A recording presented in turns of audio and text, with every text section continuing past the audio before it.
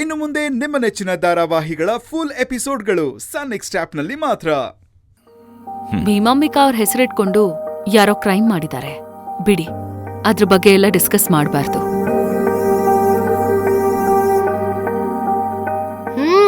ದೊಡ್ಡ ಸಾಧನೆನೆ ಮಾಡಿದ್ಯಾ ಬಿಡು ಪಲ್ಲವಿ.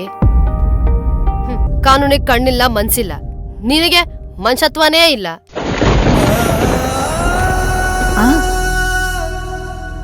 ಈಗಿನ ಕಾಲದಲ್ಲಿ ಹೆಣ್ಮಕ್ಳು ಮದ್ವೆ ಮಾಡ್ಸೋದು ಎಷ್ಟು ಕಷ್ಟ ಗೊತ್ತಾ? ಇಂಥ ಕಷ್ಟದಲ್ಲಿ ಎಷ್ಟೋ ಹೆಣ್ಮಕ್ಳು ಮನೇಲಿ ಕೂತಿದ್ದಾರೆ. ಅವ್ರ ಅಮ್ಮ ಅಪ್ಪಂದಿರು ಕಣ್ಣೀರಿಡ್ತಾ ಇದ್ದಾರೆ. ಆದ್ರೆ ಭೀಮಾಂಬಿಕೆ ಅಂತ ಪುಣ್ಯಾತ್ ಕಿತ್ತಿ ತನ್ ಖರ್ಚಲ್ಲಿ ಎಲ್ರಿಗೂ ಸಿಂಪಲ್ ಆಗಿ ಮದ್ವೆ ಮಾಡಿಸಿ ಅವ್ರೆಲ್ರೂ ಬಾಳಲು ಬೆಳಕು ಹಚ್ಬೇಕು ಅಂತ ಇದ್ರು. ಆದ್ರೆ ನೀನು ಬಿರುಗಳಿ ತರ ಬಂದು ಮದ್ವೆ ಮುರ್ದೆ.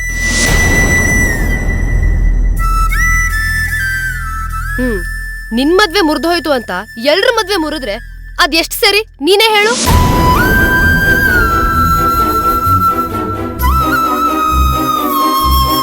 ನಿನ್ ಮದ್ವೆಯಿಂದ ನಿನಗಂತೂ ನೆಮ್ಮದಿ ಇಲ್ಲ. ನಿನ್ನಿಂದ ಊರಲ್ಲಿರೋ ಹೆಣ್ಮಕ್ಳು ನೆಮ್ಮದಿ ಎಲ್ಲ ಹಾಳು ಮಾಡ್ದೆ. ಅವತ್ತು ಬಳೆ ಶಾಸ್ತ್ರದಲ್ಲಿ ಕಾಲಿಟ್ಟೆ, ಅಲ್ಲಿ ಬಳೆ ಶಾಸ್ತ್ರ ಇರ್ಸು ಮುರ್ಸು ಆಯ್ತು.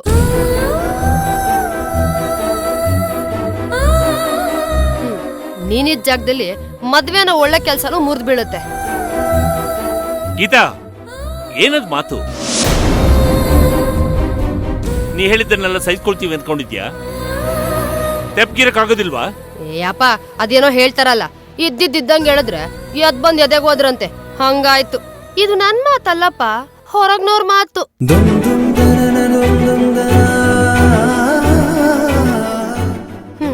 ಮನೇಲಿರೋ ನನ್ ಬಾಯನ ಮುಚ್ಚಿಸ್ಬೋದು, ಆದ್ರೆ ಊರವ್ರ ಬಾಯಿ ಮುಚ್ಚಕ್ಕಾಗತ್ತಾ? ಒಟ್ನಲ್ಲಿ ಇವಳ ಜೀವನ ಹಾಳಾದಂಗೆ ಊರಲ್ಲಿರೋ ಹೆಣ್ಮಕ್ಳು ಜೀವನ ಎಲ್ಲ ಹಾಳಾಗ್ತಿದೆ.